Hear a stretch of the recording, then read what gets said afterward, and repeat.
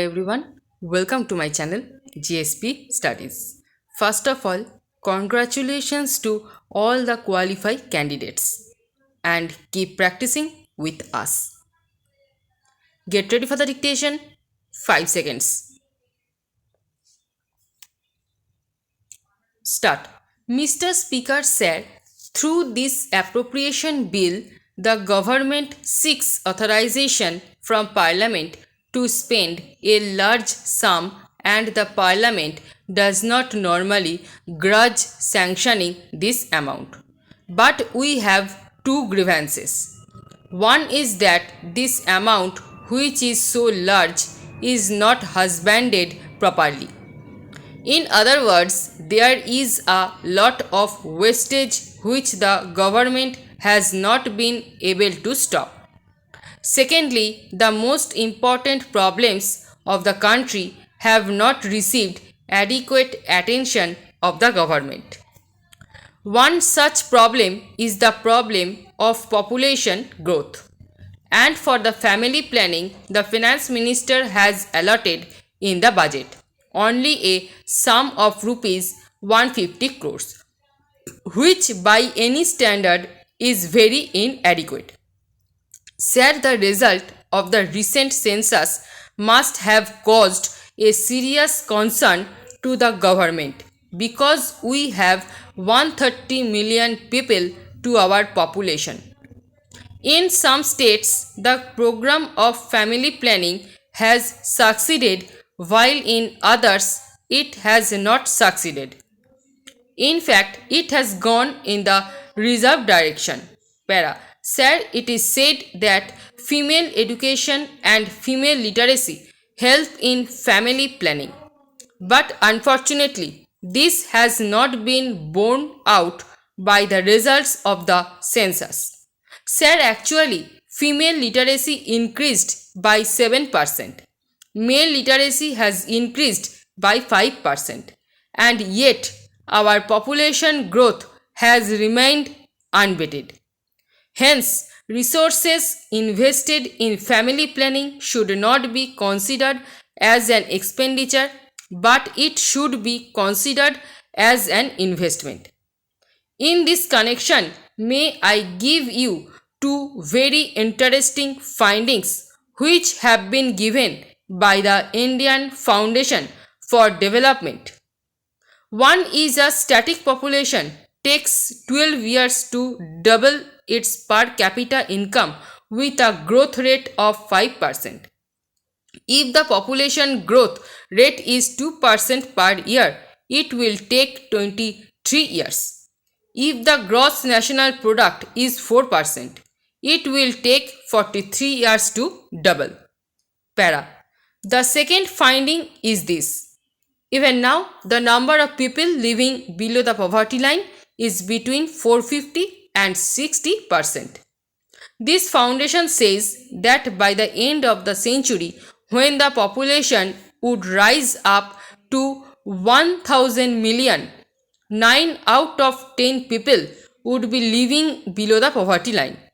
Therefore, this is a very serious matter and it indicates how urgent this problem is and what should be done. This is a major national problem which cannot be left alone. This has to be tackled quickly. A certain amount of compulsion is inevitable for its success, but this compulsion should come with the popular sanction of Parliament and the state assemblies. In this connection, there is a strange and a paradoxical situation. On the one hand, our savings have increased from 13% to 24% in the last decade. On the other hand, we find that the number of people living below the poverty line is increasing. What are the specific reasons? Para. Secondly, I suggest that the government should give special incentives to industrial units for shifting from oil to coal, from the consumption of oil to coal. Unfortunately, what we find is that the government itself is going to other way regarding shifting from coal to oil. Recently, the petroleum minister said that for fertilizer production, they have shifted from lignite to coal. Para. Sir, I want to say a few words about the plan. My point is that this budget which the Honorable Minister has presented is not quite in consonance with the strategy of the plan. I will give two examples. The one is the plan document says that the subsidy would be gradually reduced, substantially reduced. But in this very budget, instead of reducing the subsidy, we find the subsidies under all the heads have been increased. If you want, I will give you the figures. Instead of going towards meeting the program as enunciated in the plan, we are going in the opposite direction. Para. The other point which has also been mentioned by my friends is about deficit financing.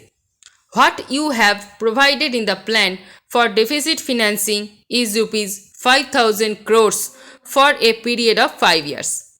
In the first 2 years, we would have easily exhausted more than rupees 4,000 crores, leaving behind hardly rupees 1,000 crores to cover the remaining period of 3 years.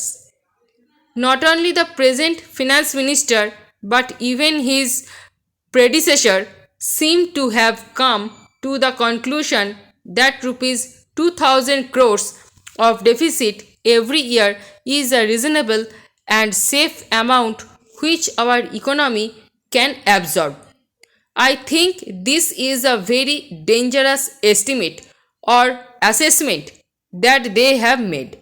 With this deficit, you can never control inflation.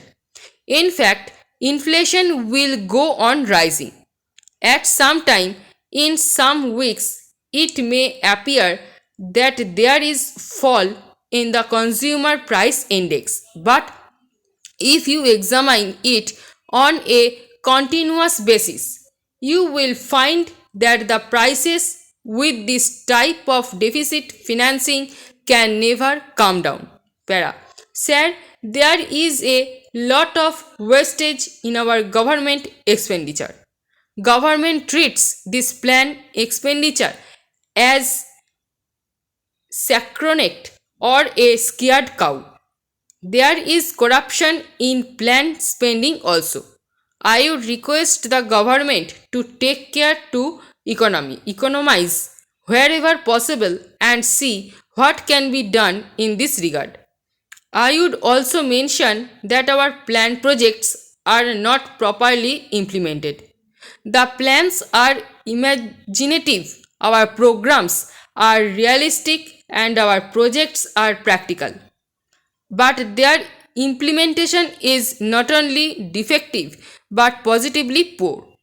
Last year, I had given several examples of how the original estimates of different projects went away. There is not a single project which has been implemented in the same cost estimates as originally prepared. There are very few which were implemented within the time originally stipulated. I think there is enough scope for the government to examine this thing and see what can be done.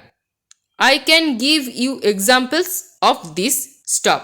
এই প্যাসেজের stroke এবং PDF পেতে Telegram গ্রুপে join করুন এবং ভিডিওটি ভালো লেগে থাকলে লাইক শেয়ার এবং সাবস্ক্রাইব করে পাশে থাকা বেল আইকনটি প্রেস করে রাখুন সবার আগে নোটিফিকেশন পেতে। Thanks for watching.